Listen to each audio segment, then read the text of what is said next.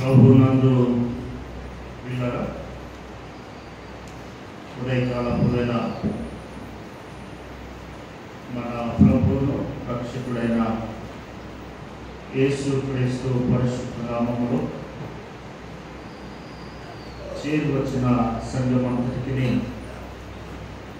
శుభములు దీవెన వచనాలు తెలియజేస్తూ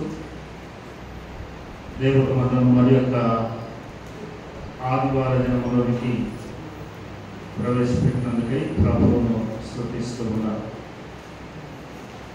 చేరి వచ్చిన స్త్రీల సమాజము, యవన సమాజము, సంఘ స్టాండింగ్ కమిటీ పెద్దలు అందరూ కూడా మరి యొక్క పర్యాయం శుభములు తెలియజేస్తూ వీళ్ళ ఉదయకాలపు వేళ పరిశుద్ధ గ్రంథంలోని కొరింథీయులకు రాసిన మొదటి పత్రిక 15వ అధ్యాయము 57, 58 వచనాలు సమయంలో చదివాం. మరొకసారి జ్ఞాపకం చేస్తున్నాం.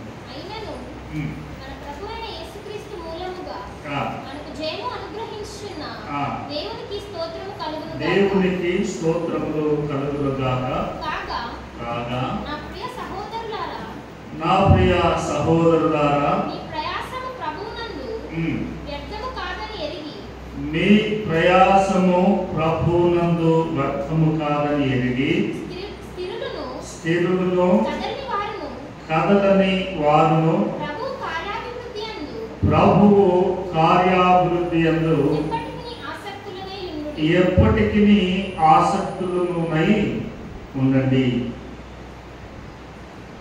ప్రభునందు ప్రియులారా, ఈ వచనం 58వ వచనము మనందరికి కూడా చాలా సుపరిచితమైనటువంటి వచనము, లేఖన భాగం. చాలా సందర్భాలలో ప్రార్థన చేసేటప్పుడు కానీ, ఏదైనా ఎవరైనా అభినందించేటప్పుడు కానీ ఈ పదాలను తరచుగా వినియోగిస్తూ ఉంటారు. అయితే ఈ అధ్యాయం, ఈ 15వ అధ్యాయము పౌలు కొరింథీయులకు జ్ఞాపకం చేస్తూ ఈ అధ్యాయం అంతా కూడా మృతము, అలాగనే పునరుత్థానం, చనిపోవడము, తిరిగి లేవడము గురించి పౌలు ఎక్కువగా ఇందులో జ్ఞాపకం చేశారు. కానీ 58వ వచనంలోనికి వచ్చేసరికి ఈ పదం కాగా నా ప్రియ సహోదరులారా, మీ ప్రయాసము ప్రభునందు వ్యర్థము కాదని ఎరిగి స్థిరులను కదలని వారును ప్రభు కార్యాభివృద్ధి యందు ఎప్పటికీ ఆసక్తులనై ఉండండి అన్నాడు. ఇక్కడ ఈ 15వ అధ్యాయము మొదటి నుండి మనం ఇవన్నీ జ్ఞాపకం చేస్తే నాకు ఎందుకో ఈ వచనం 58వ వచనము రిమైనింగ్ ఇందులో ముందున్నటువంటి వచనాలకు సంబంధముగా అనిపించదు.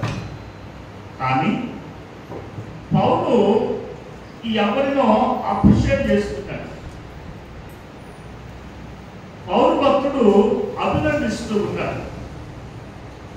పౌలు భక్తుడు ఎవరినో బలపరుస్తూ ఉన్నాడు. ఆయన ప్రోత్సహిస్తూ ఉన్నాడు. చూడండి, ఇది అన్నాడు, మీ ప్రయాసము ప్రభునందు వ్యర్థము కాదని ఎరగండి అన్నాడు. మీ ప్రయాసము ప్రభునందు వ్యర్థము కాదు అని అన్నాడు. ఆ కార్యములలో స్థిరులను, రెండవది కదలని వారును, తర్వాత ప్రభువు కార్యాభివృద్ధి యందు ఎప్పటికీ ఆసక్తులై ఉండండి అని.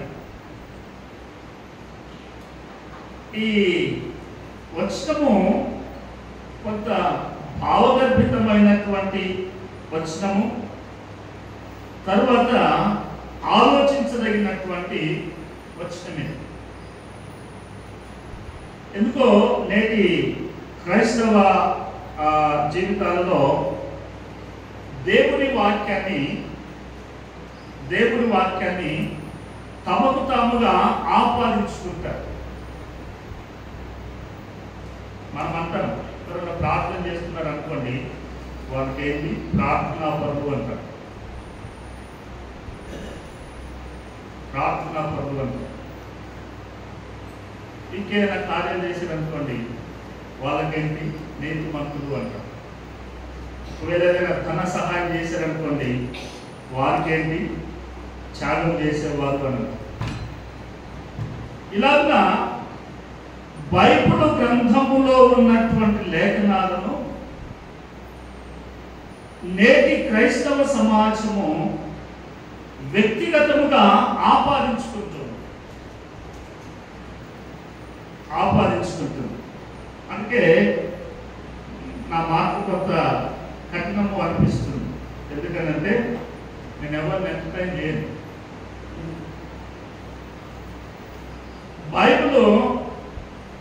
బైబిల్గానే మనము పరిగణించాలి.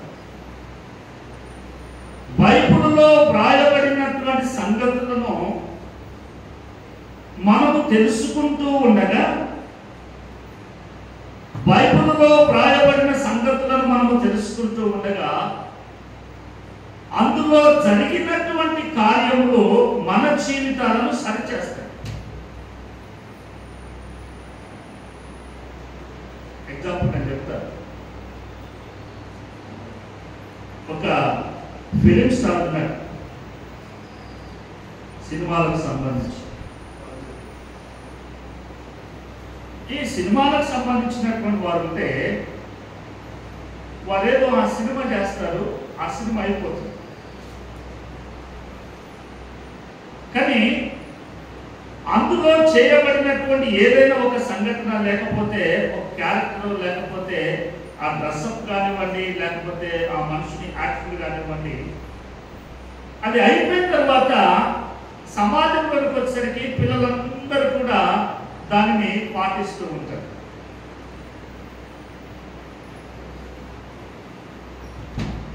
దాన్ని అందరూ పాటిస్తూ ఉంటారు. ఎవరి బిడ్డలను మగపిల్లలు చూడండి, జుట్టంతా తీసేస్తారు చుట్టూ, ఇది ఒక్కటే పెడతారు.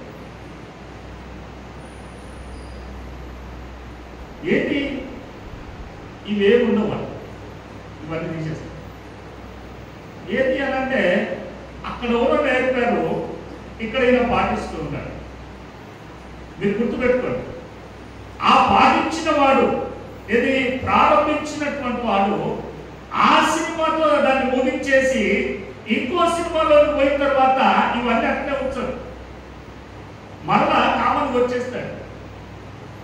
వాడు కామన్గా వస్తాడు, కానీ మన పిల్లలు ఏం చేస్తారు, దానిని కొనసాగిస్తూనే ఉంటారు, వదిలేయరు.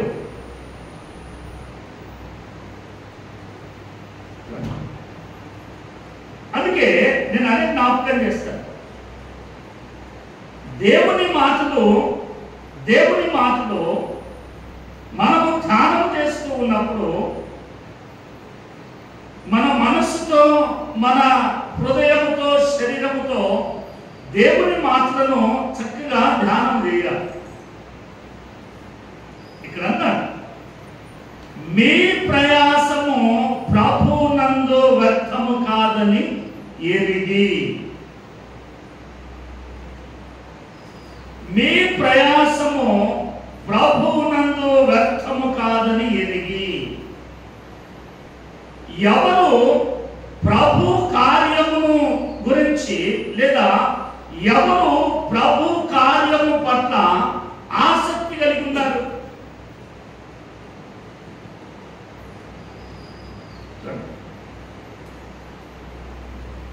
ఏ మనుషునైనా ఏ వ్యక్తినైనా మీరు జ్ఞాపకం చేసుకోండి. ప్రభు కార్యముల పట్ల ఎవరు ఆసక్తి కలిగి ఉన్నారు? భక్తి జీవితంలోకి వస్తే కూడా కేవలం ఈ ప్రిన్సెస్ వరకే మన భక్తి. ఈ ప్రిన్సెస్ ఈ గేట్ దాటినివ్వండి, వచ్చినాటి బయటకు వస్తుంది.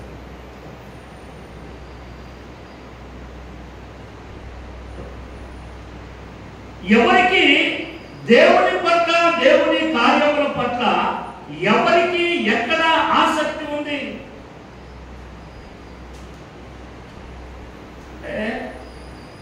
అందుకే నేను భౌతికంగా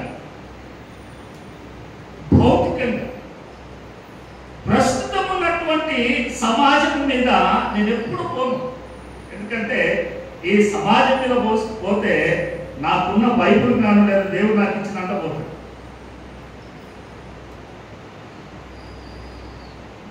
అందుకే దేవుని మాట్లాడుతుంది, మీ ప్రయాసము ప్రభువునందు వ్యర్థము కాదు అని ఎదిగి అని అంటాడు. ప్రభువునందు మీ ప్రయాస వ్యర్థము కాదు అని అంటారు. చూడండి మాట, నేను మత్తయి సువార్త 10వ అధ్యాయం, మత్తయి సువార్త 10వ అధ్యాయం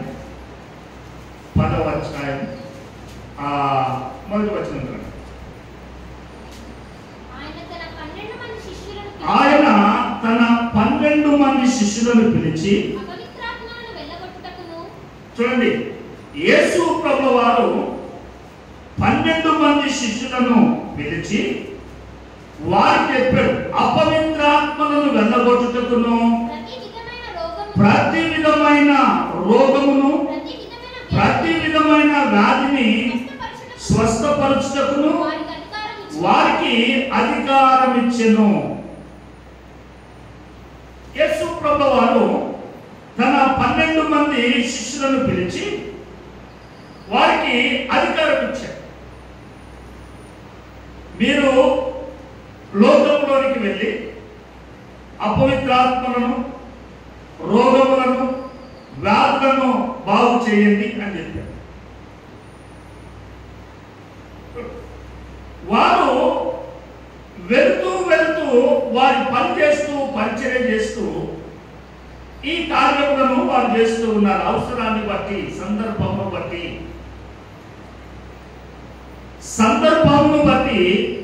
అవసరతను బట్టి, అనగా అక్కడ ఉన్న సందర్భ సమయాలను బట్టి ఆ కార్యములను వారు చేస్తూ వెళ్ళిపోతూ ఉన్నారు. కానీ నేటి క్రైస్తవ సమాజము చూడండి, నేటి సంఘము చూడండి, నేటి సమాజం చూడండి, నేటి ఆ బోధనా పద్ధతిని చూడండి, ఎక్కడైనా చూసినా ఇదే మూడు, ఈ సంగతులు తప్ప దేవుని కార్యములు కానివ్వండి, దేవుని వాక్యములు కానివ్వండి ఎక్కడైనా కనపడుతుందా అంటే ఎక్కడైనా. రండి, అపవిత్రాత్మల చేత పీడింపబడుతున్నారా? రండి. రోగాలతో బాధపడుతున్నారా? రండి. చూడండి, ప్రభువు వారికి జ్ఞాపకం చేసి వారికి అధికారం ఇచ్చారు. ఇచ్చిన తర్వాత చూడండి 5వ వచనం నుండి చూడండి, 10వ అధ్యాయం 5. వారిని చూచి మీరు అన్యజనుల దారిలోనికి వెళ్ళకుడి, సమరయుల ఏ పట్టణంలోనైనను ప్రవేశింపకుడి గాని ఇశ్రాయేలు వంశంలోని నశించిన గొర్రెల ఎద్దుకే వెళ్ళుడి. వెళ్ళుచు పరలోక రాజ్యము సమీపించి ఉన్నదని ప్రకటించుడి. ఏం చెప్పాలట అమ్మా? ఉన్నారా? ఏం చెప్పన్నాడు ఆయన? పరలోక రాజ్యము సమీపించి ఉన్నది అని మీరు ప్రకటించండి.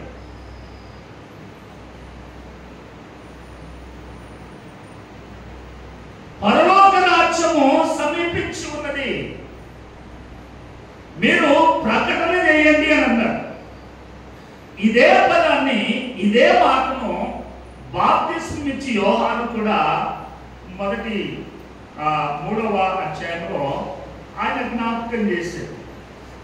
చూడండి 3వ అధ్యాయము మొదటి 2 వచనాలు.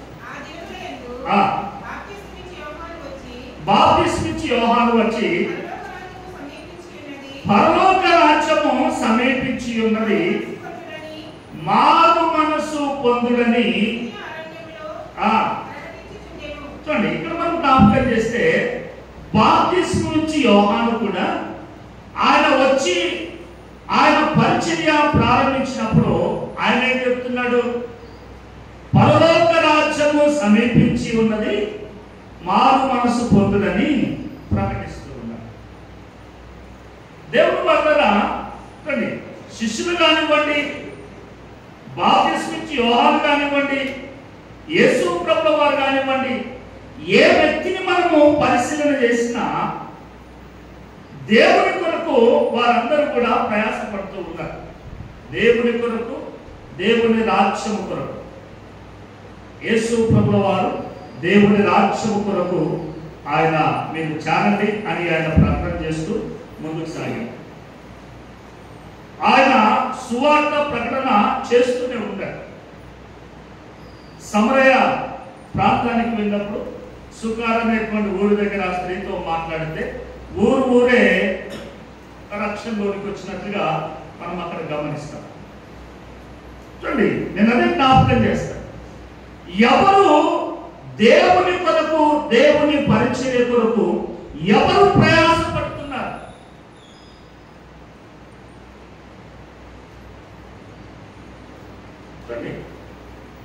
ఎవరు ప్రయాసపడుతూ ఉన్నారు? ఎవరి ప్రయాస దేవుని యందు వ్యర్థము కాదు. శిష్యులందరూ కూడా ఆ ప్రభు కొరకు, ప్రభు రాజ్యము కొరకు ప్రయాసపడి ఒక దినాన పేతురు అడిగాడు, అయ్యా మేము సమస్తమును విడిచిపెట్టి నిన్ను వెంబడించాం, మాకేం కలుగుతుంది అని అంటే ప్రభు ఆయనకి ఇవ్వవలసిన జవాబు ఆయనకి ఇచ్చాడు. శిష్యులు కుటుంబాలను విడిచిపెట్టారు, వారి జీవన వృత్తిని వారు విడిచిపెట్టి ప్రభువును వెంబడించారు. వారు అడగడంలో తప్పు లేదు. అయ్యా మేము సమస్తమును విడిచి నిన్ను వెంబడించాము, మాకే ఫలము కలుగుతుంది అని అడగడంలో తప్పు లేదు. కానీ నేటి క్రైస్తవ సమాజము ఎలా ప్రభువును అడుగుతూ ఉంది? నేటి క్రైస్తవ సమాజము ప్రభువును ఎలా అడుగుతుంది? ప్రభు కొరకు ఏ ప్రయాసపడ్డావు నీవు?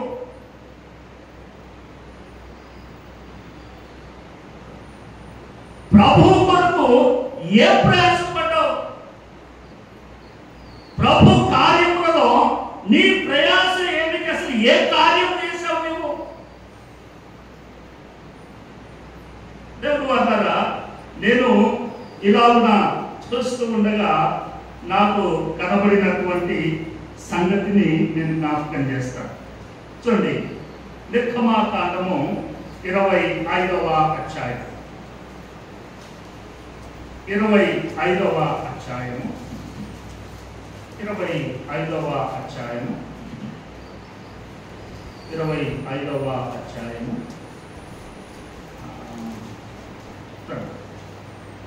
8-9 వచనాలు. నేను వారిలో నివసించినట్లు దేవుడు సీనాయి పర్వతము మీద మోషేను పిలుచుకొని దేవుడు మోషేతో మాట్లాడుతున్నారు. ఇదంతా కూడా 20వ అధ్యాయము నుండి, ఇది నిర్గమాకాండము 20వ అధ్యాయము నుండి 20వ అధ్యాయము నుండి ఇదంతా కూడా సీనాయి పర్వతము మీద దేవుడు మోషేతో సంభాషిస్తున్నటువంటి సంభాషణలు ఇవి. దేవుడు మోషేతో సీనాయి పర్వతం మీద సంభాషిస్తున్నటువంటి సంభాషణలు, అనగా మాట్లాడుతున్నటువంటి మాటలు. 25వ అధ్యాయము 8వ వచనం కూడా అక్కడ మాట్లాడుతున్నటువంటి దేవుడు మోషేతో అంటున్నాడు, నేను మోషే నేను వారిలో నివసించున్నట్లు వారు నాకు పరిశుద్ధ స్థలమును నిర్మించాలి అని అంటున్నాడు మోషేతో. ఎక్కడ? సీనాయి పర్వతము మీద మోషేతో దేవుడు మాట్లాడుతున్నాడు. మోషే నేను వారితో అనగా ఈ ప్రజలతో కలిసి నివసించున్నట్లుగా ఈ ప్రజలు నాకు పరిశుద్ధ స్థలమును నిర్మించాలి అని అంటూ క్రింద 9వ వచనములో అన్నాడు. అది కూడా ఎలా ఉన్నానంటే వారికి ఇష్టమైనట్లు నీకు ఇష్టమైనట్లు కాదు.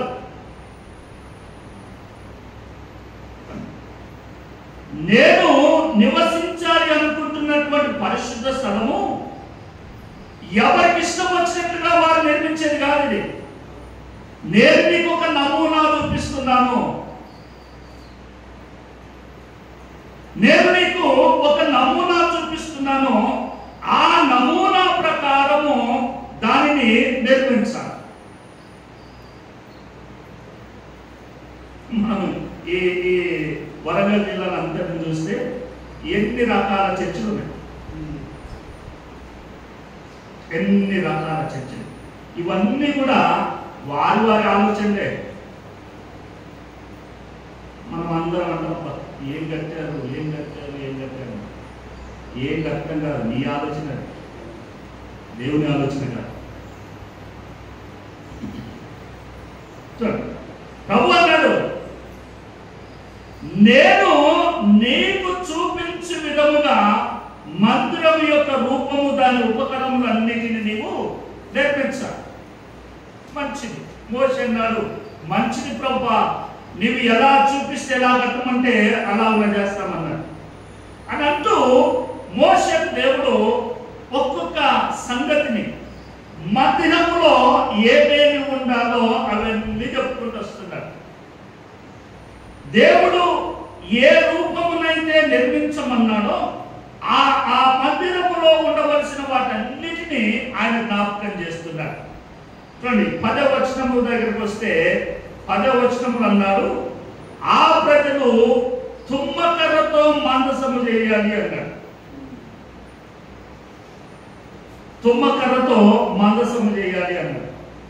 చూడండి 17వ వచనంలోకి వచ్చేసరికి నీవు మేలిమి బంగారముతో కరుణాపీఠము చేయాలి అన్నాడు.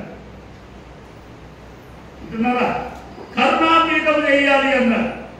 23వ వచనంలోకి వచ్చేసరికి తుమ్మకర్రతో ఒక టేబుల్ బల్ల చేయాలి అన్నాడు. 31వ వచనంలోకి వచ్చేసరికి ఆయన అన్నాడు, మేలిమి బంగారముతో దీపవృక్షము చేయాలి అన్నాడు.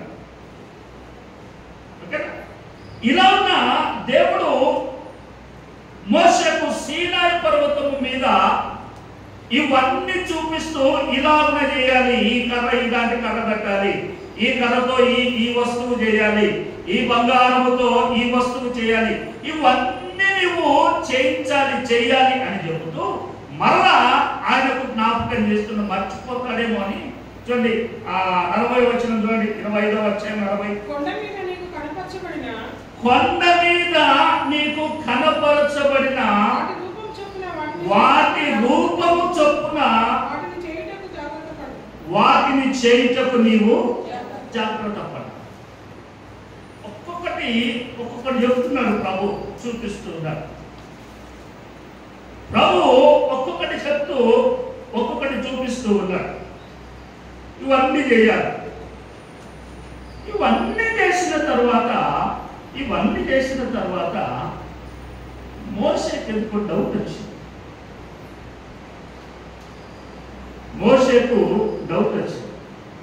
ఎందుకంటే ఇన్ని వస్తువులు, ఇన్ని సంగతులు, ఇన్ని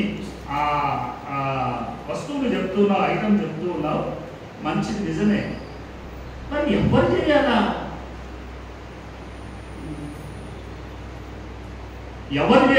ఇవన్నీ దీపవృక్షం చేయమనో మంచిది, బల్ల చేయమనో మంచిది, మనసం చేయమన్నావు మంచిది, తర్వాత కరుణాపీఠం చేయమంటున్నావు మంచిది, ఇవన్నీ చేయమంటున్నావు, తుమ్మకర్రతో బంగారంతో ఇవన్నీ చేయమంటున్నావు. కానీ ఎవరు చేయాలా? దేవుడు పెట్టారా? ఇక్కడనే ప్రభువు ఏ మనుషుడిని ఏర్పాటు చేసుకుంటే ఆ మనుషుడు ఆ కార్యములను చేస్తాడు.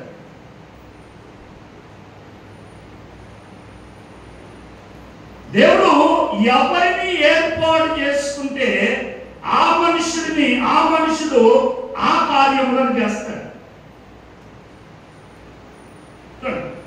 ఎవరిని ఆయన ఏర్పాటు చేశాడు, ఎవరిని పిలిచాడు అని అంటే మనము చదివిన 2వ లేఖన భాగం చూడండి. 2వ లేఖన భాగము 31వ అధ్యాయం, నిర్గమాకాండము 31వ అధ్యాయము 1వ వచనం చూడండి. మోషే ఒకవేళ అడిగి ఉండొచ్చు, ప్రభా ఇవన్నీ చెప్తున్నావు ఎవరు చేయాలా, ఇవన్నీ చెప్తున్నావు ఎవరు చేయాలా అని అంటే అప్పుడు మోషేతో దేవుడు అంటున్నాడు, చూడుము నేను యూదా గోత్రములో, చూడండి, యూదా గోత్రములో హూరు మనుమడును హూరు కుమారుడునైన బెసలేలు అను పేరు గల వానిని పిలిచితిని.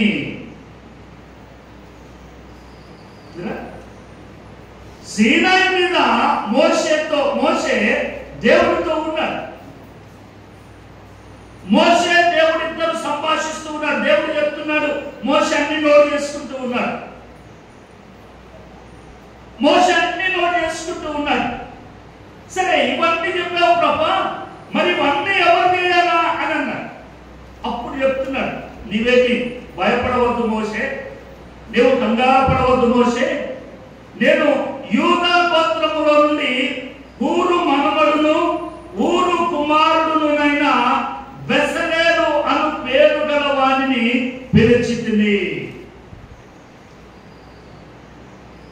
ఈ మాట అన్న తర్వాత నిజంగా నేనైతే చాలా ఫీల్ అవుతుంది.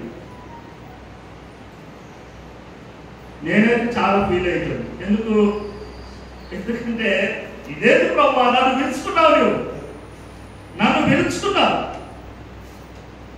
పిలుచుకున్నావు, నీ ఎదుట కూర్చోబెట్టుకున్నావు, ఇవన్నీ చెప్తున్నావు, ఆ రూపం చూపించావు, మందిరాన్ని చూపించావు, రూపం చూపించావు, ఏ వస్తువు చేయాలో చూపించావు, ఎలా చేయాలో చూపించావు, ఇవన్నీ చేయాలని నాకు చెప్పి చివరిగా నన్ను చేయమనకుండా నువ్వు ఎవరినో పిలుస్తావేంటి ప్రభువా?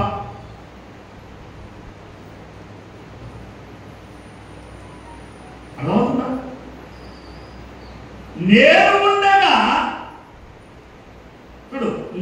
ఉండగా ఇంకెవరినో పిలుస్తావేంటి అని నేనైతే ఫీల్ అయ్యాను.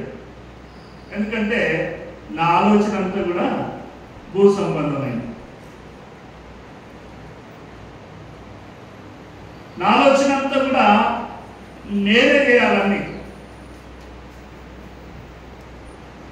ఎందుకంటే అంతో ఇంతో చదువు ఉంది, అంతో ఇంతో సామర్థ్యం ఉంది, అంతో ఇంతో చేయగలిగిన సత్తా ఉందిగా, నేను తప్పేవారు అందరు నేను చెప్పినంతే.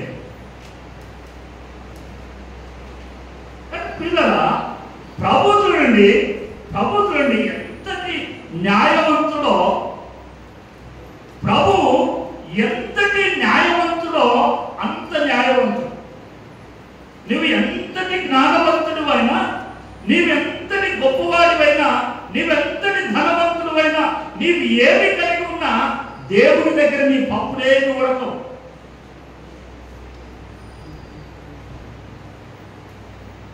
దేవుని దగ్గర నీ పప్పులేమి ఉడకవు.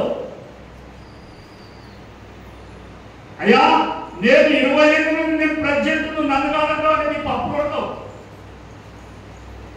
నేను 35 నుండి సెక్రటరీ నీ పప్పులు ఉడకవు.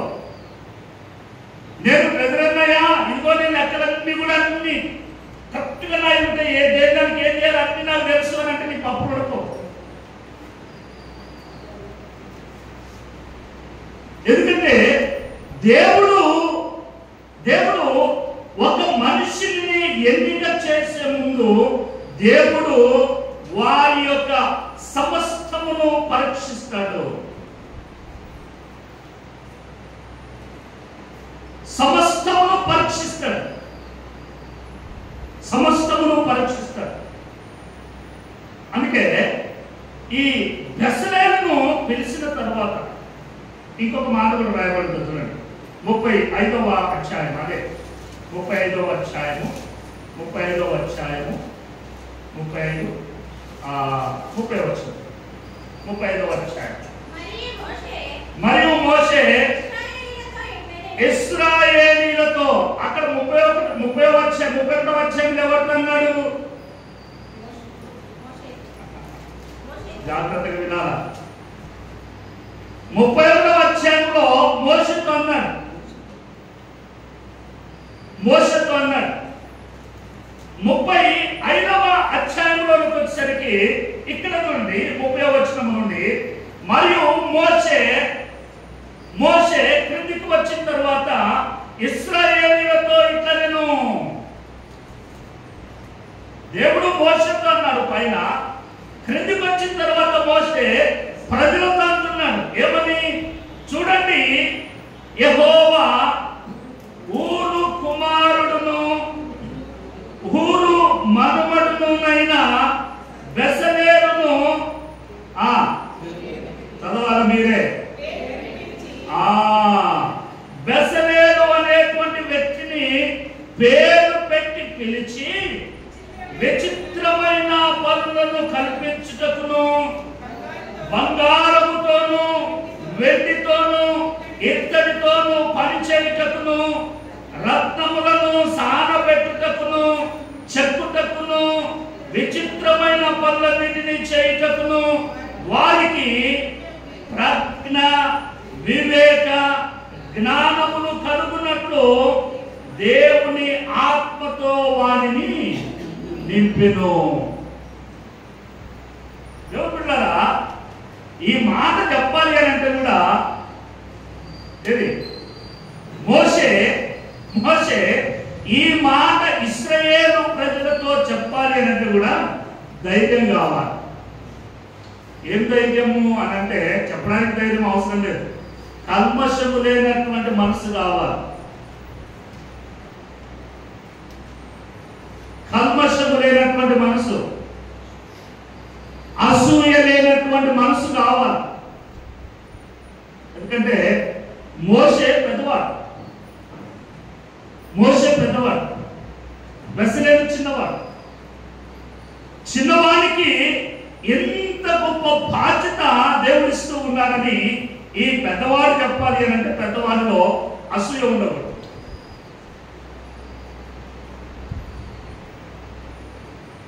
అర్థమవుతుందా? పెద్దవాడు చిన్నవాడిని ప్రజల ముందు ఎక్స్పోజ్ చేయాలి అని అంటే, పెద్దవాడు ప్రజల ముందు చిన్నవాడిని గురించి జ్ఞాపకం చేయాలి చెప్పాలి అని అంటే పెద్దవానికి స్వేచ్ఛమైన ధారాళమైనటువంటి మంచి మనసు కలిగి ఉండాలి. అందుకే ఇక్కడ మోషే ప్రజలతో అన్నాడు, దేవుడు ఆ బెసలేలునకు జ్ఞాన వివేక హృదయములను ఇచ్చేశాడు, ఆ మనిషికి అప్పగించాడు అని అన్నాడు. అందుకే పిల్లరా, దేవుని సన్నిధానములో దేవుడు ఏ మనుషుని ఎన్నుకొని దేవుడు ఏ మనుషుని పిలుస్తాడో ఆ మనిషిని గురించి ఒక మాట, ఒక దీవెన వచనము రాయబడి ఉంది. చూడండి, సామెతల గ్రంథము 3వ అధ్యాయం. సామెతలు 3వ అధ్యాయం. సామెతలు 3వ అధ్యాయము 4వ వచనంలో చూడండి.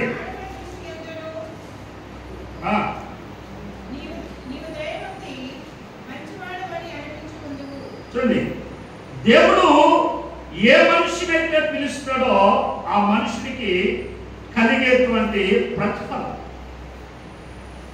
ఆ మనిషికి కలిగేటువంటి దీవెన.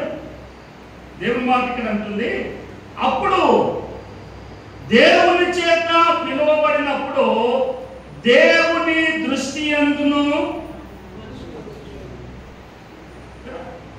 దేవుని దృష్టి యందును మానవుల దృష్టి యందును నీవు దయనొందిన వాడవని అనిపించుకొందువు.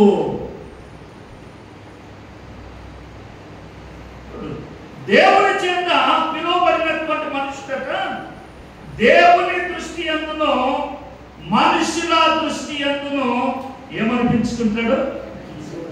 మంచివాడు, దయనొంది మంచివాడు అని అనిపించుకుంటాడు. అటువంటి మనుషునికి ఏం జరుగుతాయంటే చూడండి, 28వ అధ్యాయము సామెతల గ్రంథము 28వ అధ్యాయము 28వ అధ్యాయము 20వ వచనం చూడండి. 28, 20. నమ్మకమైన వానికి చూడండి, నమ్మకమైన వానికి దీవెనలు మెండుగా కలుగును.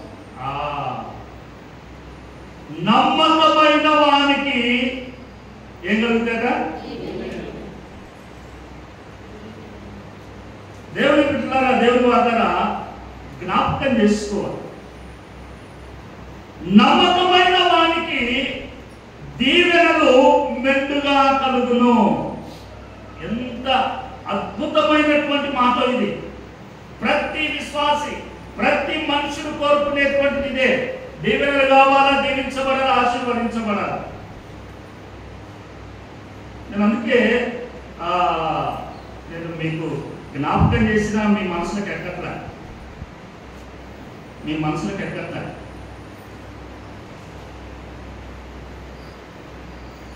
నేను చెప్పడమే మానేశాను. అందుకే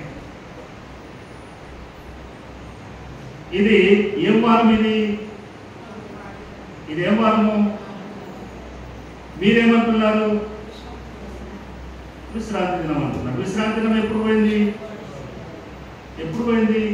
నిన్న అయిపోయింది. మరి ఇవాళ ఏంటి అంటే నిన్నటి నుండి ఇంతవరకు ఇంత కాలం మీరు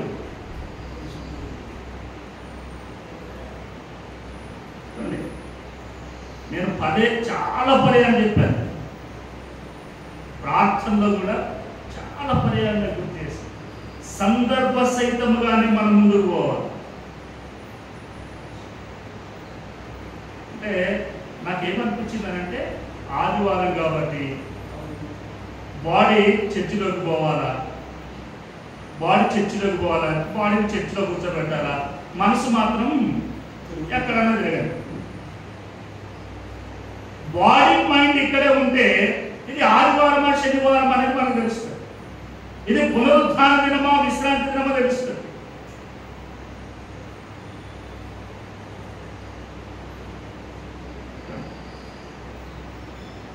ప్రతి మనుషులు కూడా ఇదే కోరుతాడు.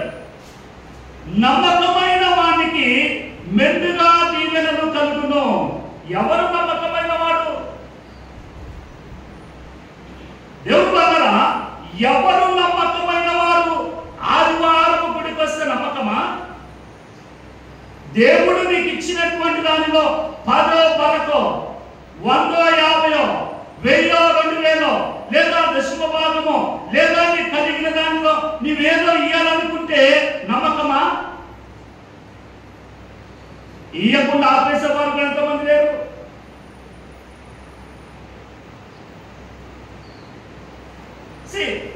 దేవుడి మాట ఉంటుంది, నమ్మకమైన వానికి దీవెనలు మెండుగా కలుగును.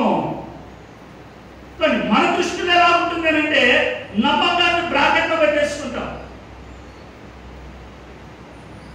నమ్మకాన్ని బ్రాకెట్లో పెట్టేసుకొని మనకు దీవెనలు మాత్రం ఎన్ని కావాలా? చూడండి, నమ్మకాన్ని బ్రాకెట్లో పెట్టేసి దీవెనలు మాత్రం మెండు కావాలి.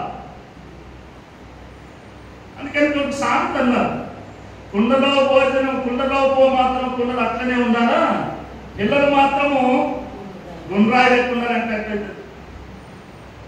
పిల్లలకి భోజనం పెడితేనే వారు పెరుగుతారు. వాళ్ళు పెట్టలేదనుకోండి పక్క చిక్కిపోతారు. దేవుని సన్నిధి కూడా అంతే. మెండుగా దీవెనలు కలగాలని, దీవెనలు కావాలని కోరుకుంటున్నావు కానీ దానికి ముందు ఒక పదం ఉంది, నమ్మకము అనేటువంటి పదం. ఈ నమ్మకము అనేటువంటి పదము వినడానికి, చదవడానికి it's a very simple word. ఇది చాలా చిన్న పదం,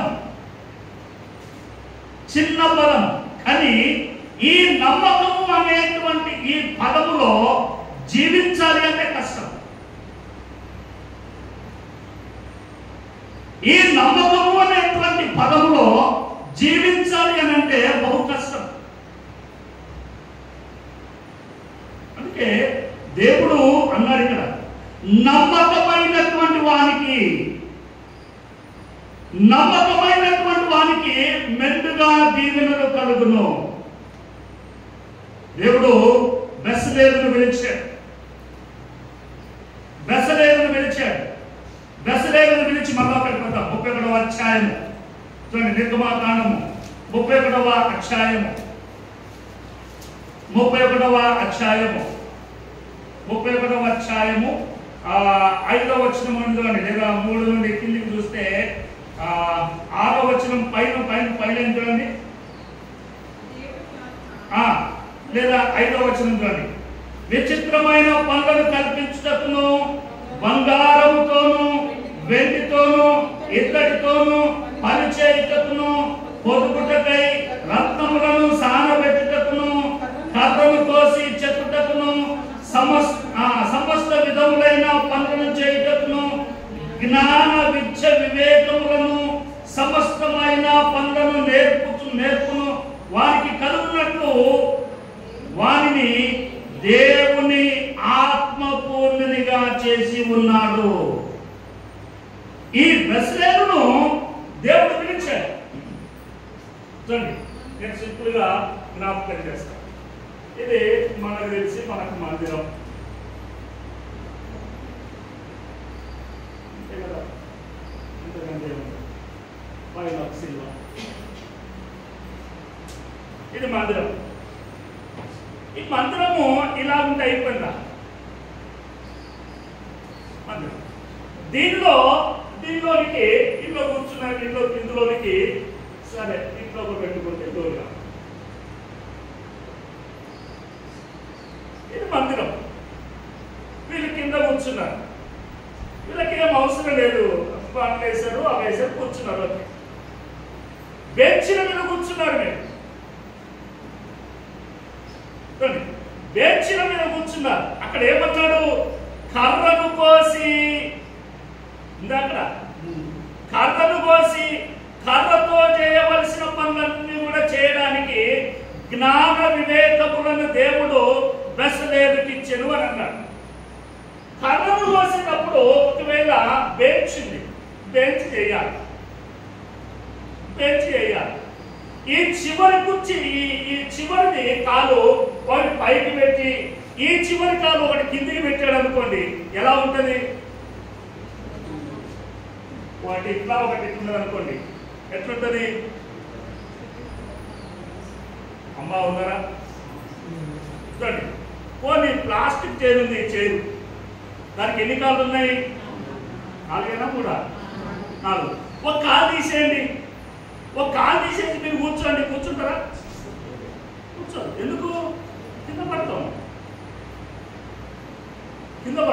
అంటే చూడండి, దేవుడు ఈ బెసలేలు అనేటువంటి మనుషుడిని పిలిచి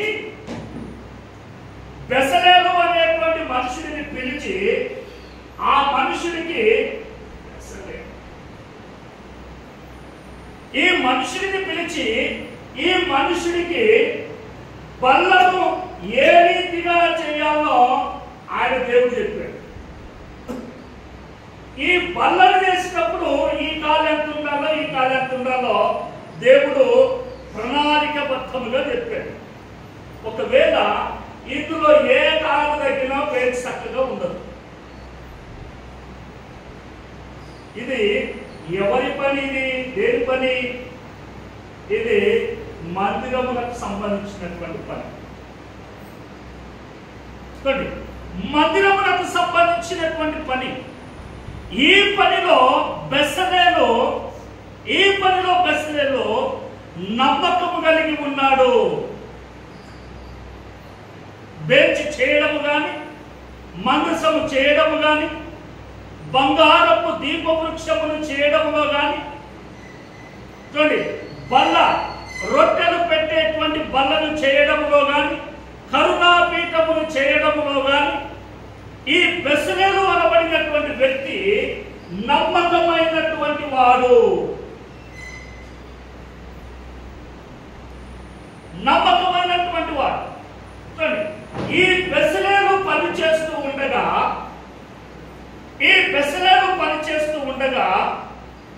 చెక్క పని చేసిన చెక్క కూడా ఎంతో వృధా అయ్యేటువంటిది కాదు. బంగారం పని చేస్తే బంగారము కూడా తరుగులు పోబడాలు, ఏది రాకితే గీకితే కోస్తే పొడి పడిపోతుంది కదా, అటువంటివి జరగడాలు కానీ ఏది కూడా వృధాగా పోనీయకుండా నమ్మకముగా పనిచేసినటువంటి వాడు బెసలేలు. అందుకే పాత నిబంధన గ్రంథములో బెసలేలు అనబడినటువంటి ఈ మనుషుడు దేవుని మందిరముగా పిలువబడుతున్నటువంటి ఈ ప్రత్యక్ష గుడారము కొరకు తను నమ్మకమైనటువంటి పని చేశాడు.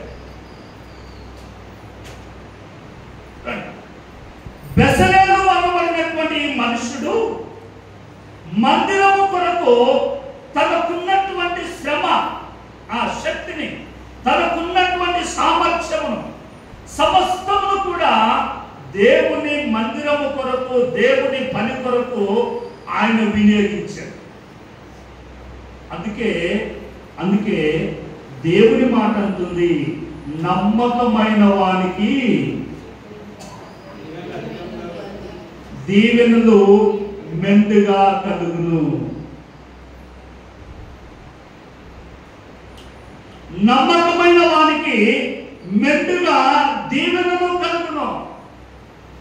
నేను ముందుగా ఒక మాట అన్నాను, దేవుడు న్యాయవంతుడు అని.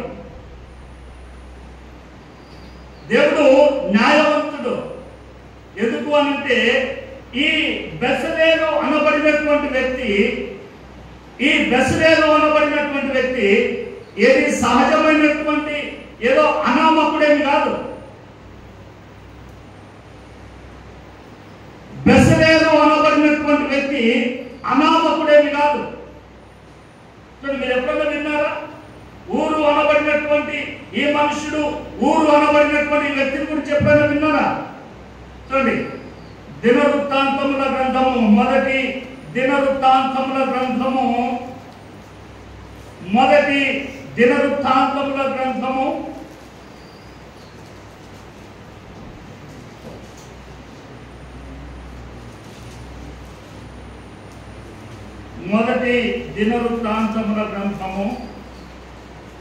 2వ అధ్యాయము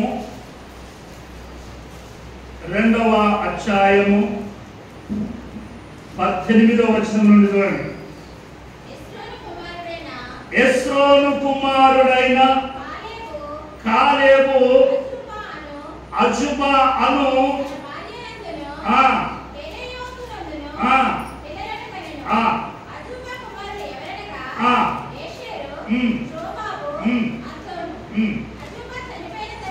చూడండి, అజుబా చనిపోయిన తర్వాత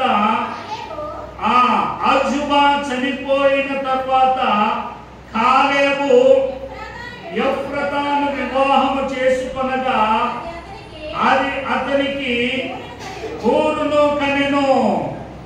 చూడండి, ఎప్పుడన్నా విన్నారా ఈ మనుషుని పేరు? కాలేబు అనే మనుషుని పేరు విన్నారా? వినలేదా? కాలేబు వాగ్దాన భూమిలో అడుగు పెట్టినటువంటి వారిలో యెహోషువ, రెండవది కాలేబు. చూడండి, యెహోషువ, కాలేబు వాగ్దాన భూమిలో అడుగు పెట్టే సమయానికి ఈయన వయసు 25 సంవత్సరాలు కనాను దేశాన్ని వేగు చూడ వెళ్ళినప్పుడు వీరిద్దరు మాత్రమే మంచి సమాచారం తీసుకుని వచ్చి మోషేకు చెప్పారు. అటువంటి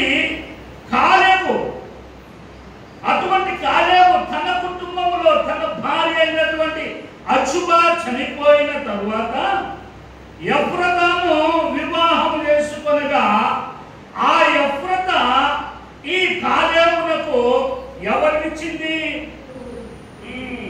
కాలేబు కొడుకు ఊరు కాదు హూరు. తర్వాత ఈ కాలేబుకు హూరునిచ్చిన తర్వాత ఈ హూరు నుండి మరి ఒకటి కలిగారు. ఎవరు రాయబడింది అక్కడ? చూడండి 20వ వచనంలో హూరు ఊరిని. ఈ ఊరు ఎవరిని కలిగాడు? ఊరిని. ఇది ఊరు అనగానే ఇది ఊరు కాదు, ఇది పేరే, మనిషి పేరే. ఇది మనిషి పేరే ఊరు. కాలేబు కొడుకు ఊరు, ఊరు కొడుకు ఊరు. ఈ ఊరు పుట్టినటువంటి వాడు బెసలేలు.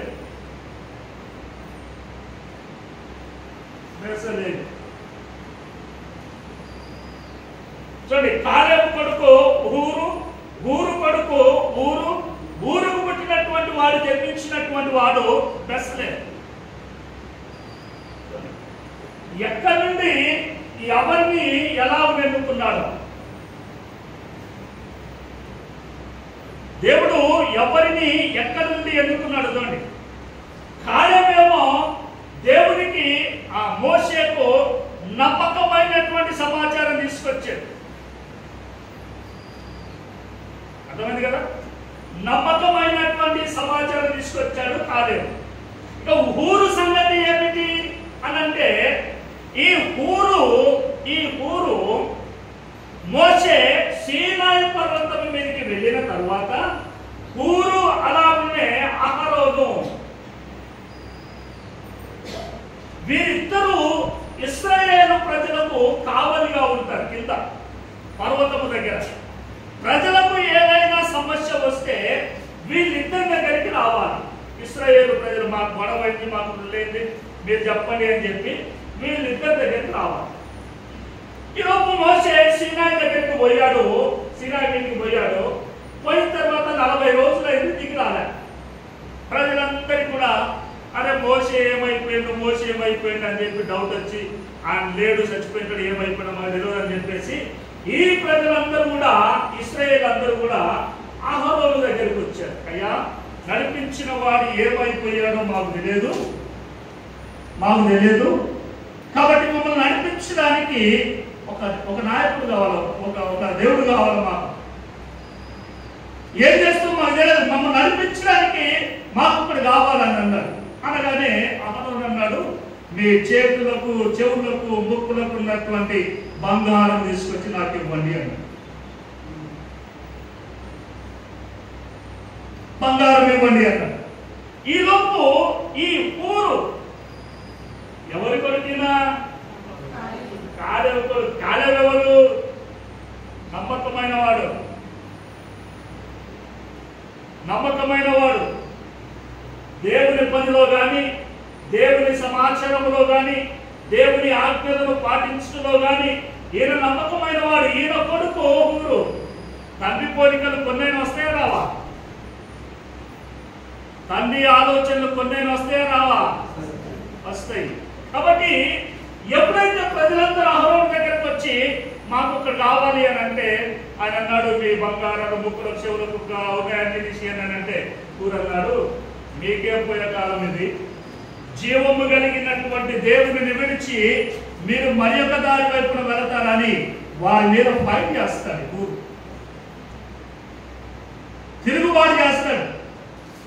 తిరుగుబాటు చేస్తే ప్రజలందరూ కూడా, ఇశ్రాయేలు ప్రజలందరూ కూడా, మాకు అహరోను ఏదో చేస్తానంటే నీవు అడ్డుపడుతున్నావా, నీవు అడ్డుపడుతున్నావా అని చెప్పి సీనాయి పర్వతము దగ్గర ఇశ్రాయేలు ప్రజలందరూ కూడా ఊరు మీద పడి కొట్టి చంపేస్తారు.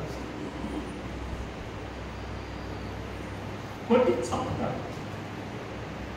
కొట్టి చంపుతారు. కొట్టి చంపుతారు. కొట్టి చంపబడతాడు ఆయన ఊరు. దేవుడు అన్యాయస్తుడుగా ఎవరైనా ప్రాణత్యాగం చేసినా దేవుని కొరకు ఏ ప్రయాసం పడ్డ కూడా దేవుడు మర్చిపోడు. అందుకే తండ్రి కాలేబు నమ్మకమైన సమాచారం ఇచ్చాడు. ఊరు తన ప్రాణాన్ని అక్కడ త్యాగము చేస్తే ఆ కుటుంబంలో నుండి బెసలేలు అనేటువంటి వ్యక్తిని దేవుడు పిలుచుకున్నాడు. బెసలేలు అనేటువంటి వ్యక్తిని దేవుడు పిలుచుకున్నాడు. అందుకే చూడండి కొరింథీలో పౌలు అన్నాడు, నా ప్రియ సహోదరులారా, ప్రభువునందు మీ ప్రయాసము వ్యర్థము కాదని ఎరిగి స్థిరులను కదలని వారునై ఉండి ప్రభు కార్యాభివృద్ధి యందు ఎప్పటికీ మీ ప్రాణాలు పోయినా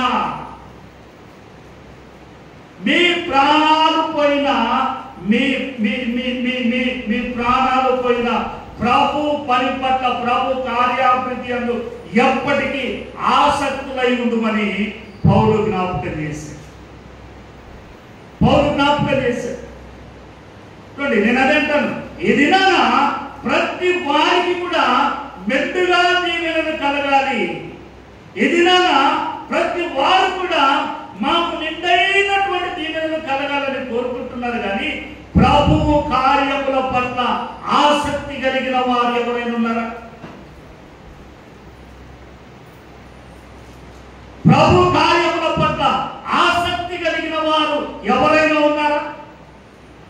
ప్రతి వ్యక్తిని, ఏ వ్యక్తిని చూసినా ఆరంభ సూరత్వము తప్ప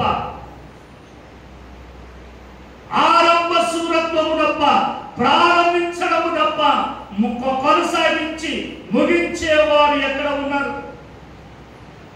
అది భక్తి కానివ్వండి, దేవుని పని కానివ్వండి, దేవునికి ఇవ్వడము కానివ్వండి, దేవుని సన్నిధిలో ఉండడము కానివ్వండి, ఏదైనా సరే.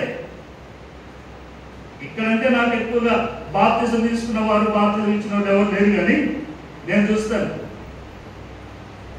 బాప్తిజం ఇచ్చిన తర్వాత మొదటి నెల, బాప్తిజం తీసుకున్న మొదటి నెల అంతా కూడా ఫస్ట్ ఎవరు ఉంటారు అని అంటే బాప్తిజం తీసుకున్నారు. ఎందుకంటే అడుగుతాడు కదా, ఏమ్మా ఏం నాయన బాప్తిజం తీసుకున్నా వెనకబడ్డావి ఏంటి అని అడుగుతారు కదా. కాబట్టి ఒక నెల మాత్రము పాస్టర్ గారిని, అయ్య గారిని ఏ పక్షానికి ముందే వచ్చి కూర్చుంటారు. రెండవ నెల అవుతుందంటే క్రమంగా ఎవరు అడుగుతున్నారు? ఎవరు అడుగుతున్నారు? ముందు రాలేదని ఎవరిని అడిగారా? వెనకొస్తున్నావేందని ఎవరిని అడిగారా?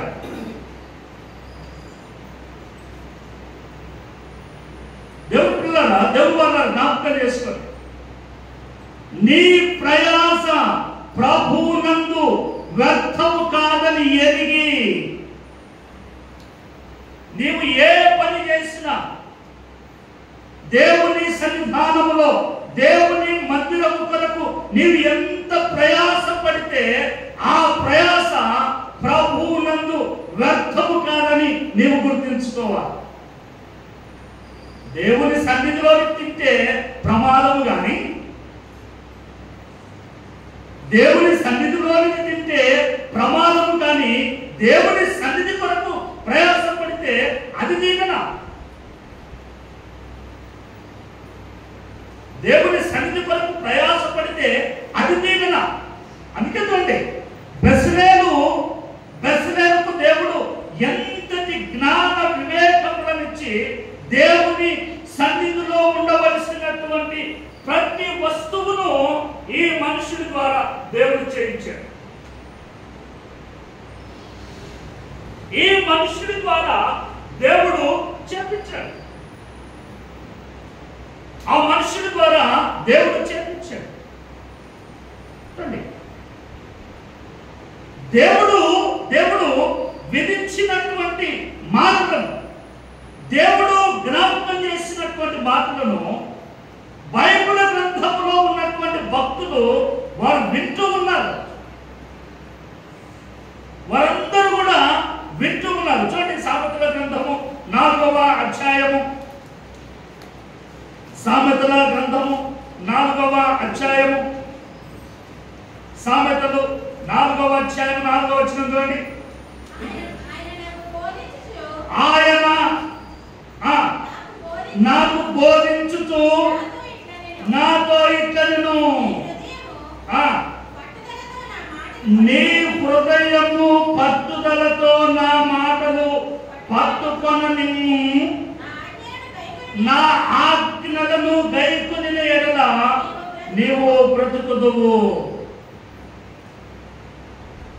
చూడండి, దానికంటే మొదటి వచనం చూడండి. మొదటి వచనం, కుమారులారా,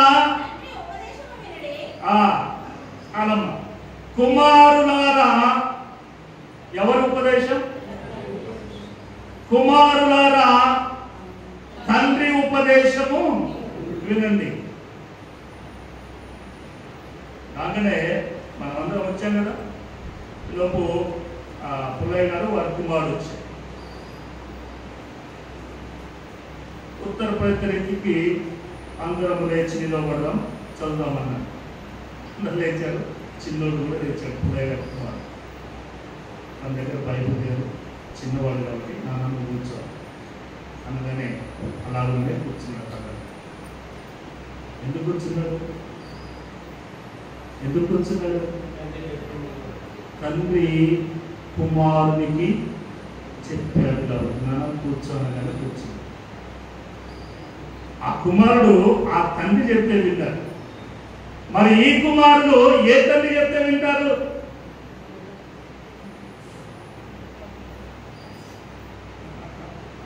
ఈ కుమారుడు, ఈ కుమార్తెలు సామెతల గ్రంథమును మీరు చదివితే మీరు గనుక జాగ్రత్తగా మీరు చదివితే, నా కుమారుడా, నా కుమారుడా, నా కుమారుడా, నా కుమారుడా అని ఎన్ని సందర్భాలలో రాయబడి ఉందో తెలుసా?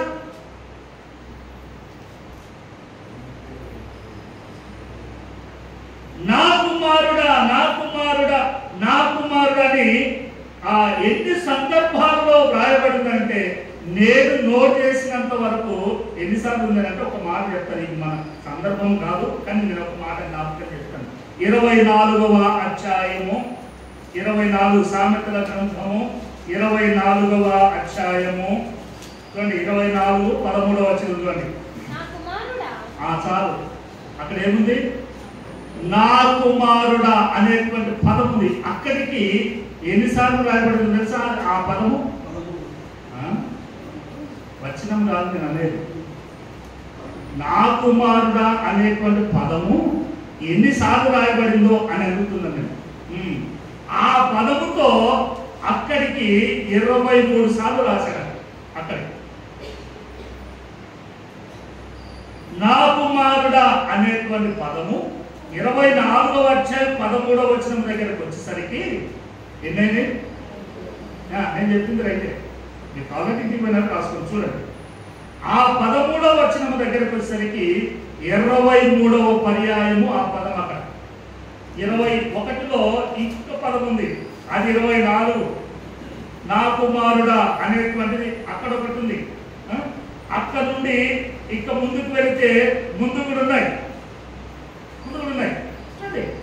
దేవుని మాట చెప్తుంది, నా కుమారుడా, నా కుమారుడా, తండ్రి ఉపదేశము వినుడి అన్నట్టు నీ హృదయము నా మాటలను పట్టుదలతో పట్టుకొననిమ్ము అని అన్నాడు.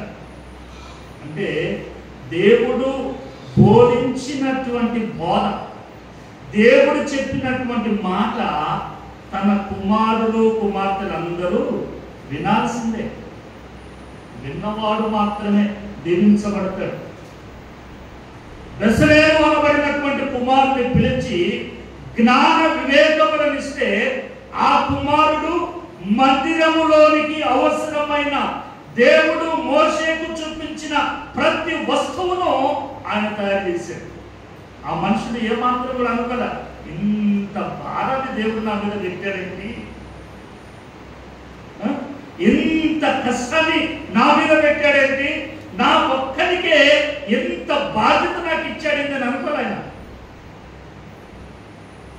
బాధ్యత అంటే బాధ్యత కాదు, అది శ్రమ. అది శ్రమ. కర్ర తీసుకొచ్చి కొయ్యాలా, తుమ్మకర్రలు కొయ్యాలా, చూడండి బంగారం తీసుకొచ్చి కరిగించాలా, దానికి అవన్నీ కూడా పోయాలా, ముద్రకు పోయాలా, ఏ దీపం ఎక్కడో పెట్టాలా, దేనికి ఏం చేయాలా చేయాలా, అవన్నీ కూడా వేయాలా. బాధ్యత కాదు, అదొక శ్రమ. శ్రమ, పని. దేవుడు ఆ బెసలేలు అనబడినటువంటి మనుషుడికి బోధిస్తే, జ్ఞాపకం చేస్తే, ప్రారంభము నుండి ముగింపు వరకు అన్ని పనులు చేసి దేవుని ఆజ్ఞకు ఆయన లోబడ్డాడు, దేవుని మాటకు ఆయన లోబడ్డాడు. కానీ దేవుని రూపములో, దేవుని పోలికలో ఉన్నటువంటి ఆధునిక క్రైస్తవుడు, ఆధునిక విశ్వాసి దేవుని మాటలు వింటున్నాడా? దేవుని మాటకు లోబడుతున్నాడా? దేవుని మాటకు లోబడుతున్నాడా? లోబడడు. అందుకే దేవుని మాటలను జ్ఞాపకం చేస్తే, నోరున్నటువంటి మనిషి కంటే అది పోతూనే ఉంటాయి. నోరున్న మనిషి కంటే నోరు లేనటువంటివే శ్రేష్టం.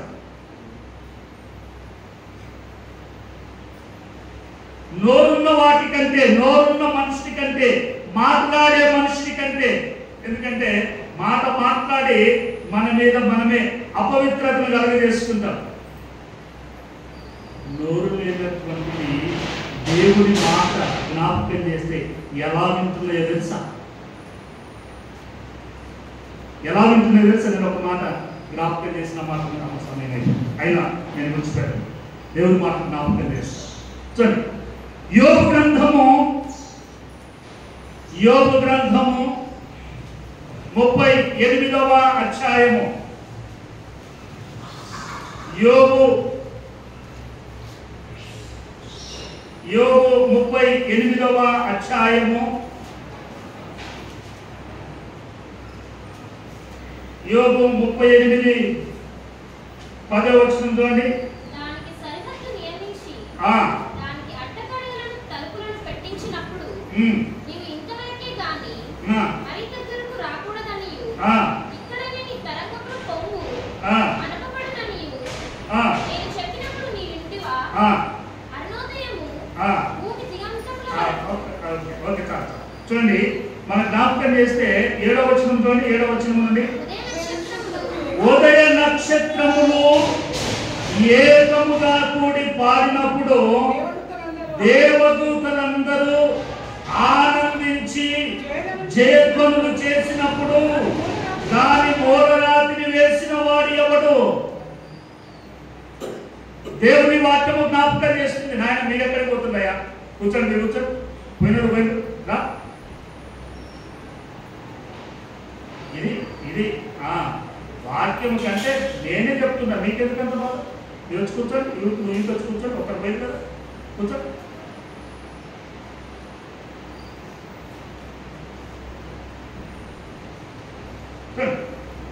ఉదయ నక్షత్రములు ఏకముగా కూడి పాడినప్పుడు, ఉదయ నక్షత్రాలట ఏం చేస్తున్నాయట? ఏం పాట పాడింటాయి? దేవుని మాట జ్ఞాపకం చేస్తుంది.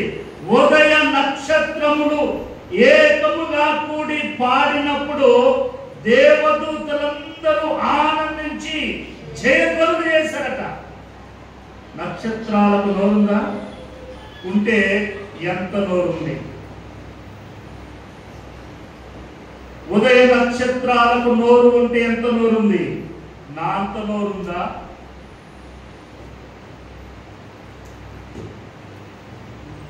దేవుని స్తుతించడము మనకు కష్టం,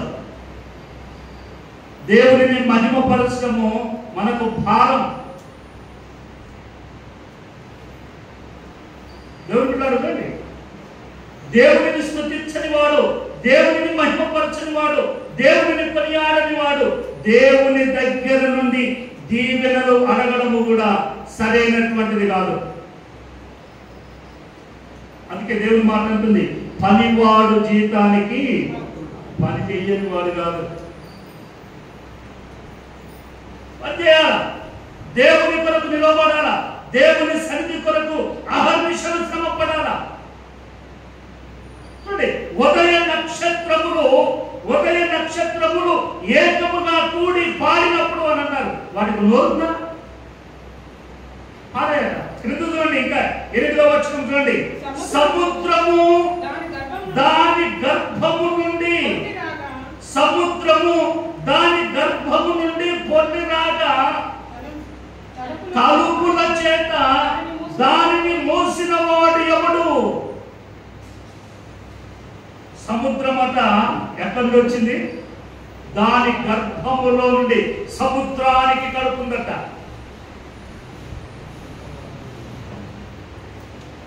దేవుడు జ్ఞాపకం చేసుకోండి.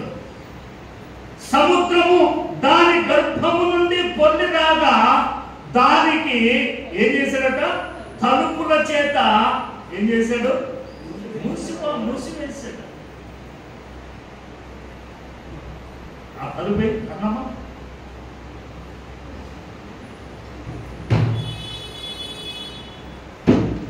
బయటికి వాళ్ళము తలుపేస్తే ఎవరు పోతారు బయటికి? పోలేరు. సముద్రము తన గర్భములో నుండి పొర్లి బయటికి వస్తా ఉంటే దేవుడు దానికి తలుపేసాడట. తలుపు వేసినట్ట. తలుపు వేస్తే తలుపు దగ్గరనే ఆ సముద్రము ఆగిపోయింది. తర్వాత చూడండి 10వ వచనం చూడమ్మా. దానికి సరిహద్దు నియమించి దానికి అడ్డగడియలను తలుపులను పెట్టించినప్పుడు నీవు ఓ సముద్రమా, నీవు ఇంతవరకే గాని మరి దగ్గరకు రాకూడదనియు ఇక్కడనే నీ తరంగముల పొంగు ఆనపబడుననియు నేను చెప్పినప్పుడు దేవుని మాట జ్ఞాపకం చేస్తుంది. సముద్రము ముందు నక్షత్రం అన్నాడు. ఉదయ నక్షత్రాలు ఏకముగా కూడి పాడినేట. అవి పాడుతూ ఉంటే దేవుని దూతలు ఆనందంతో కేకలు వేశారు, ఆనందంతో జయధ్వనులు చేశారట. నోరుందో లేదో తెలియదు, కానీ దేవుడు అన్నాడు ఆడి పాడుతున్నది అని అన్నాడు. సముద్రముల గురించి జ్ఞాపకం చేశాడు. సముద్రములకు ఆ గర్భములో నుండి బయటికి రాగా పొర్లిగా వస్తూ ఉండగా తలుపులు వేసి మూసేసాడట. నీవు అక్కడనే ఆగు అని. నేనేం జ్ఞాపకం చేస్తున్నంటే, నేను సముద్రము గురించి మాట్లాడడంలా, నీటిని గురించి మాట్లాడడంలా, నోరు లేనటువంటి నక్షత్రంలో నేను అంటున్నాను. దేవుడు అన్నాడు నోరు ఉండి పాడినవి అని అంటున్నాడు. మనకు వినబడగా సముద్రము తలుపులు ఎక్కడైనా చూసావా? నువ్వు సముద్రానికి ఎక్కడైనా తలుపులు ఉండగా చూసావా? కానీ దేవుడు అంటున్నాడు నేను తలుపులు వేయగా అక్కడనే నిలిచిపోయావి. చూడండి, తరంగములు అనగా అలలు ఎగసి పడుతూ ఉండగా నీవు మరీ దగ్గరికి రావద్దు, నీది అక్కడ వరకేనంటే అక్కడనే ఆగిపోయిందట. అంటే నేను అదే అంటాను, నోరు లేనటువంటివి లేదా మాట్లాడలేదు లేనటువంటివి, నీతో నాతో సంభాషించలేనటువంటివి దేవుని మాట విని దేవుని ఆజ్ఞకు లోబడి దేవుడిని కనపరుస్తూ ఉంటే నోరు కలిగి, శరీరము కలిగి, చేతులు కలిగి, కాళ్ళు కలిగి, మనకు జ్ఞానము కలిగి, సమస్తమును కలిగినటువంటి మనము దేవునిలో ఎలాగో ఉంటున్నామో జ్ఞాపకం చేసుకో. అందుకే అన్నాడు, నా ప్రియ సహోదరులారా మీ ప్రయాసపడకుండానే నాకు ఫలము దొరుకుతుంది అని అంటే అది ఏ ఫలము కూడా నువ్వు జ్ఞాపకం చేసుకోవాలి. ప్రయాసపడకుండా చూడండి, పని చేయకుండా నీకు జీతం వస్తుంది అని అంటే నిన్ను ఏమర్చడానికి నీకు అపవాది ఇయ్యొచ్చు. అపవాది ఒకరోజు నిన్ను బయట తీసుకొస్తాడు. అపవాది ప్రారంభమంతా కూడా చక్కగా నిన్ను నడిపిస్తుంది. ఏది నీ మీదకి రానియదు, అన్ని నేను చూసుకుంటానంటుంది. ఒకానొక దినం వస్తే నిన్ను అక్కడ నిలబెట్టేస్తుంది.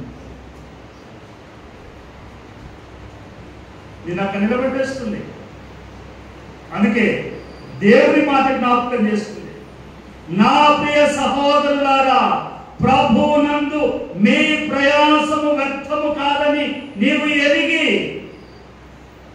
స్థిరులను కదలని వారునై ఉండి ప్రభు కార్యాభివృద్ధి యందు ఎల్లప్పటికీ ఏమైనా ఆసక్తి, ప్రభు కార్యం కొరకు ఆసక్తి. అందుకే బెసలేలు అనబడినటువంటి మనుషుడు, మీరు ఎప్పుడైనా విన్నారో లేదో నాకు తెలియదు. ఆయన గురించినటువంటి సంగతులు మీకు తెలుసో తెలియదు నాకు తెలియదు. కానీ బెసలేలును దేవుడు పిలువగా దేవుని మాటకు లోబడి, దేవుని మాటకు విధేయత చూపి, దేవుని సన్నిధానములో ఉండి దేవుడు ఏది చెబితే దానిని చేసినటువంటి నమ్మకమైన వాడు బెసలేలు.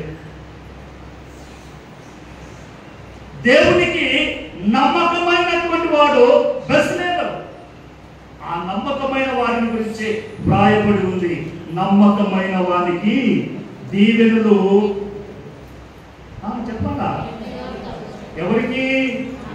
నమ్మకమైన వారికి. ఎందులో నమ్మకము? దేవునిలో ప్రయాసపడే వారికి. దేవునిలో ప్రయాసపడే వారికి,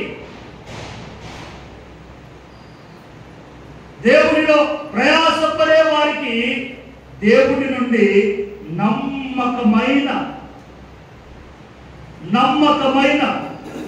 శ్రేష్టమైనటువంటి మెత్తైనటువంటి దీవెనలు సమృద్ధిగా అందుతాయి. అందుకే ఉదయకాలపు వేళ దేవుని మాటలను మనం ఇలాగ చూసుకోవడం మాత్రమే కాదు, దేవుని కొరకు ప్రయాసపడాలి. నేనంటాను, దేవుని కొరకు నీవు పని చేసినా చేయకపోయినా నీ జీవితం అన్నా దేవునికి అంగీకారముగా ఉన్నట్లుగా అదైనా నువ్వు చూసుకో. నా జీవితము దేవునికి అంకితం, నా జీవితము దేవునికి అంకితం, నా శ్రమ దేవునికి అంకితం అనుకున్నటువంటి నేను దేవుని కొరకు పని చేయకపోతే ఏ దీవెన రాదు. దేవుని కొరకు నిలబడకపోతే ఏ దీవెన రాదు.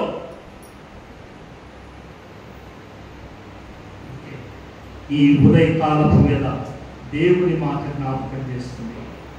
కాగా నా ప్రియ సహోదరులారా, ప్రభువునందు మీ ప్రయాస బెసలేరు పడినటువంటి ప్రయాస వ్యర్థము కాదా? ప్రత్యక్ష గుడారములో ఉన్నటువంటి ప్రతి వస్తువును చేయడానికి దేవుడు ఆయనకి ఇచ్చినటువంటి జ్ఞానముతో ఆయన ప్రయాసపడ్డాడు. ఆయన ఒక మందిరం, దేవుడు నివసించేటువంటి దేవునికి ఆ నివాసమైనటువంటి ఒక ప్రత్యక్ష గుడారాన్ని ఆయన నిర్మించాడు. ఎంత గొప్ప ధన్యత చూడండి, ఎంత గొప్ప ఆశీర్వాదము చూడండి. చిన్న పని చేయగానే మనం అప్పటి పెట్టుకొని ఎక్కడికో పోతాం. చిన్నది చేయగానే ఎక్కడికో ఉరికిపోతాం. ప్రశ్నలుంటుందండి. ఆయన ప్రయాస ఎంత? ఒక దినముతో పోయినటువంటి ప్రయాస కాదు, ఒక వారంతో పోయినటువంటి ప్రయాస కాదు. చూడండి, ఈ పులిపిట్ ఇది చేయడానికి 1-2 రోజులు సరిపోతుంది.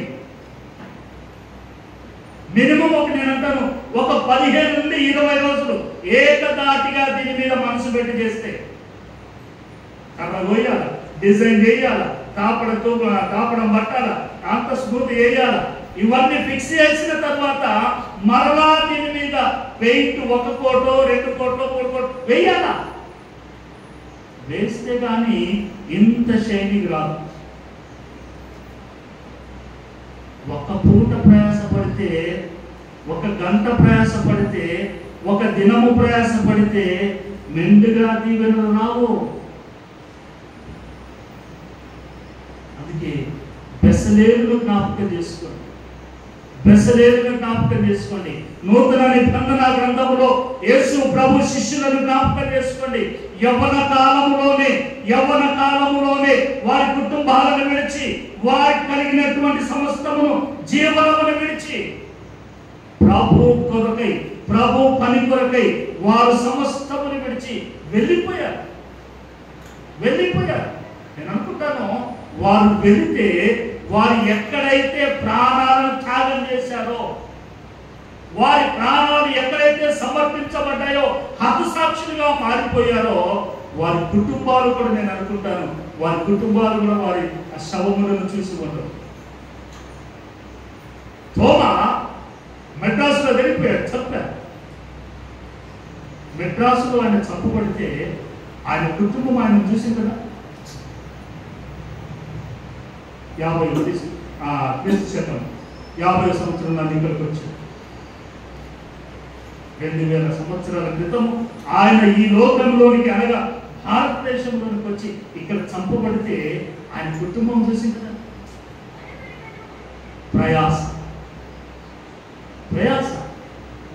నీ ప్రయాస అలాగుగా ఉంటే నీవు అర్హుడవు. దేవాలను మెండుగా నీవు దీవించమని అడగడానికి నీకు అర్హత.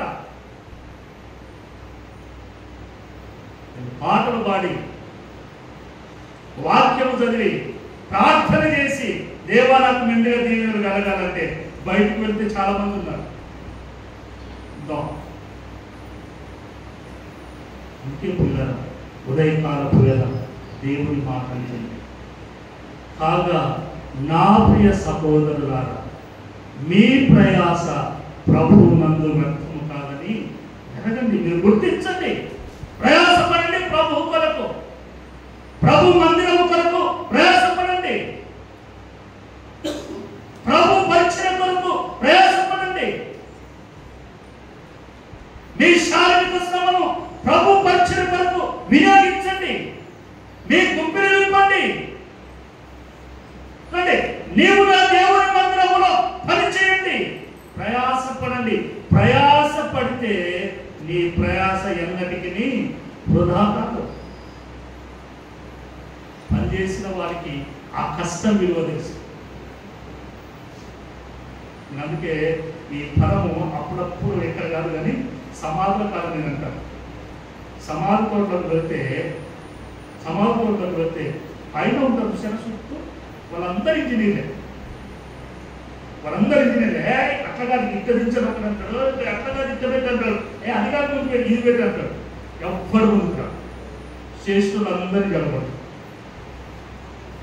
అక్కడ అందరూ ఇంజనీర్లే, కానీ అక్కడ ఉందో తెలుస్తుంది ఆ సమయంలో ఏ దించాలో, ఎలా దించాలో, అక్కడ ఎలా ఉందో అవన్నీ కూడా వీరికి తెలుస్తాయి. ఆయన వాడికి ఏం తెలుస్తాయి మాట్లాడమని. అందుకే ఉదయకాలం వేళ నీవు ప్రయాసపడ్డావా, నీ ప్రయాస ప్రభు నందు వ్యర్థం. నీవు ప్రయాసపడకుండా, ప్రభు కొరకు ప్రయాసపడకుండా, ప్రభు మందిరం కొరకు ప్రయాసపడకుండా నీవు ఏది అడిగినా కూడా ప్రభు దగ్గర అయితే నేను చూసినంత వరకు, దేవుడి వాక్యంలో రాయబడినంత వరకు మనకు దొరకదు. అందుకే అన్నాడు, నమ్మకమైన వానికి మెండుగా దీవెనలు. శిష్యులు పొందుతున్నారు, బెసలేలు పొందుతున్నారు, మోషే పొందుతున్నాడు, పౌలు పొందుతున్నాడు.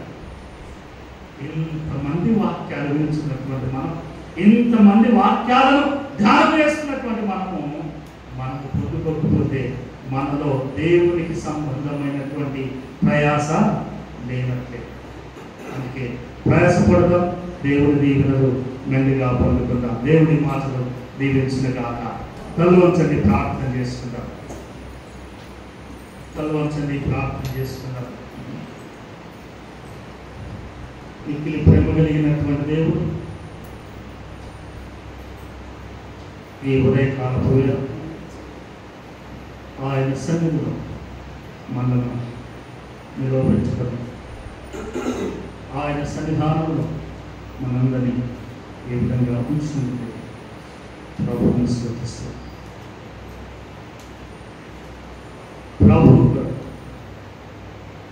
ప్రభు పరిచయం, ప్రభు మందిరం, ఆయన జనసమూహంతో ప్రయాసపడే ఏ వ్యక్తి ప్రయాస కూడా వృధా కాదు. జ్ఞాపకం తీసుకో. ఏ వ్యక్తి ప్రయాస వృధా కాదు.